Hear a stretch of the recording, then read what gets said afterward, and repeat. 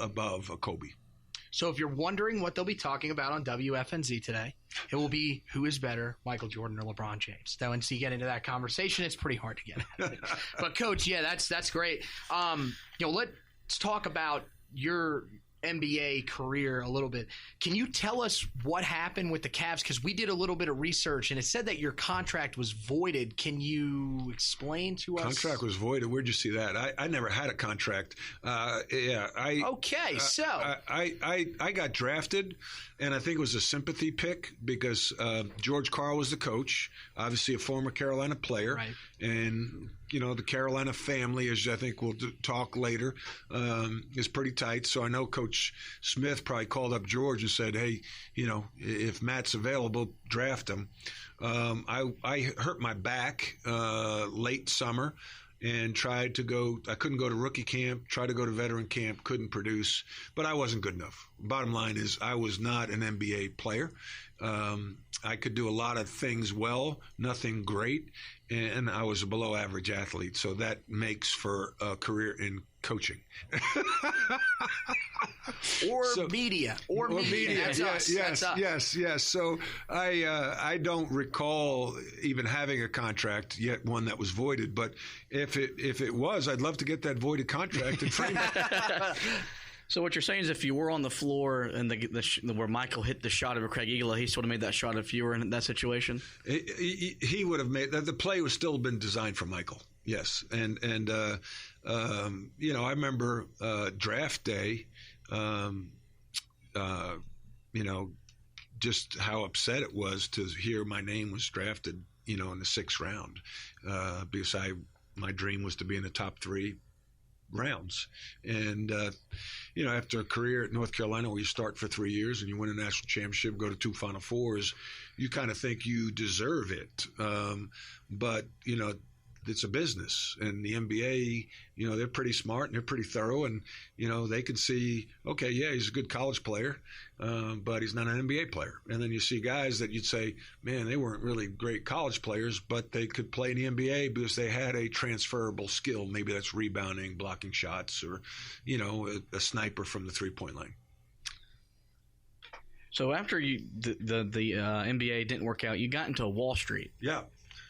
What was that like? Yeah, well, I think a couple things. I interned in the summer at Wall Street, growing up in New York, and then Tommy Kearns, who was a great player at North Carolina in the 50s, was very successful on Wall Street. So I was always one like, okay, I don't want to be just that jock that doesn't have a career after basketball. So I always try to plan like, what's the next career? So I interviewed, got a job on Wall Street, and I ran away from basketball. I use it like you're dating a girl, you have a girlfriend, she breaks up with you, and you're like, screw you, I don't want to be around you anymore. So I left basketball, which was my girlfriend, and I said, all right, I'm going to go date this other girl, which is Wall Street, which was kind of sexy and cool at the time, and but I think I did it for those reasons, which aren't great reasons, which was the money and the excitement, and it was a sexy industry to be in at the time. I was there for 4 years. I loved living in New York City as a young single man. It was a fun place, met a lot of good friends. But I didn't love the industry. I didn't love selling bond yields. I sold yields. I sold numbers. And I'm like, And I remember the NCAA tournament was on, and these guys were coaching, and I'm thinking, well, what do these guys have on me in terms of their backgrounds? Like, I have a pretty good background playing for Dean Smith, starting on a national championship team. Maybe I should get into coaching. That was in the back of my mind. I quit my job on a Thursday morning, and the boss said, I told him I was leaving. He says, well, what time are you coming back? I said, no, I'm not coming back. I'm out. And I quit my job and moved to Charlotte. I wanted to get in the real estate business at the time. This was in 89. And you think back, I would have had a pretty good run in the real estate business in Charlotte because I thought it was going to be the next Atlanta, which it looks like it has become. Right. Hopefully a little bit more manageable with the traffic situation. I got down here and I started coaching the AAU team through a gentleman by the name of Ed Sockwell. Ed Sockwell's, by the way, daughter is Luke May's mother. Just just for logistics. Yeah, logistics. Mark May's wife, her dad ran a company, a search company I worked for, and he also ran an AAU team. So I coached the team, and one of our players was Jeff McGinnis, who just took a new coaching job, I think, in Lincoln. So I loved the coaching, and I was doing radio at Davidson, and they made a coaching change and hired Bob McKillop, who I said earlier was my high school coach. So when Bob got the job, he hired me. And I was there 3 years, then went to Kansas, then to Notre Dame, then North Carolina. And I loved the coaching. Like, that wasn't work to me. Wall Street was in the rearview mirror pretty quickly. Coaching, basketball, I didn't do it for the money. I just did it because I loved it. And it took me to a lot of great places and provided me and my family, some a nice lifestyle for many years. Well, so, I mean, how about you get to work with Bob McKillop, of course, who was your high school coach. And then, also, I mean, you get the honor to work with a guy in Roy Williams that, I mean, clearly we love. I mean, we've got the podcast named after him. Oh, if we don't, there's a lot of Roy problems. Williams? Yeah. Oh, I thought that was named after Roy Jones, the guy who runs the convenience store around the corner. There we go. We go. But, those two guys are guys, I mean, they're still coaching today, and they're seen as legends of the game. So, they are. First, I mean, just a little bit on both. What was it like to work on both of those staffs? I imagine for you, working with Bob McKillop was just amazing. Yeah, well, it was fun. Like, it was a startup, and I like working, and now I'm working for a startup with our CBD business. I like startups, the excitement of it, the impact you can have on a university. We came in, and so many people doubt you. It's just like, in any startup, they doubt you. Like, it's easy to question and doubt because the people on the sidelines, it's easy for them to do it. And to me, it's like the crab bucket syndrome, which I use as a reference. When crabs try to get out of the bucket, the other crabs pull them down. They don't want to see that crab get out of the bucket. So it's like people, when you try to do something, maybe when you started this podcast, you may have had doubters, people that were like your friends, supposedly, air quotes. Oh, yeah, that'll do well. Like, yeah, you'll get. It's easy for people to doubt. But when you have to trust your gut and chase your dreams, that's what's cool. And I was doing it with Bob McKillop, my high school coach, and he's a dreamer. But you can't just be a dreamer. You got to put a plan in action, and you got to execute. And he did that. Now, there were times where it's like, I don't know if we're going to get through this. We were like 4-24 our first year, 7-17, I think, our second year, 9-19 the next year. Then I left to go to Kansas, but we had a good recruiting class in place. And Bob grew as a college coach. I work under the John Maxwell group, and he talks about life doesn't start until the end of your comfort zone. You don't start living till you get to the end of your comfort zone. And I believe in that because Bob was comfortable as a high school coach, very successful. Goes to college, different deal, different game. Everyone has pretty good players. He had to evolve as a coach and a leader, and boy, did he. He is considered one of the top coaches in college basketball by anybody that knows the game. And then I go from there to work for Roy Williams. I used to watch the Kansas games on TV and dream about sitting on his bench in Allen Fieldhouse. And then to do that for 7 years and be a part of we went to one Final Four. I think we only went to one Final Four, but I helped recruit a couple of players that ended up taking them to 2 Final Fours after I left. There's just the training I got from Coach Williams. He has a system in place, and I think it's important for leaders to have a system, a process to go through in terms of being as efficient as possible. And people define roles on your staff, define roles in your team. And I took that blueprint and brought it to Notre Dame and tweaked it a little bit according to what I felt was best for our team. So, and Coach, both people really have a high care factor for and a high level of integrity, but a high care factor for their players and staff.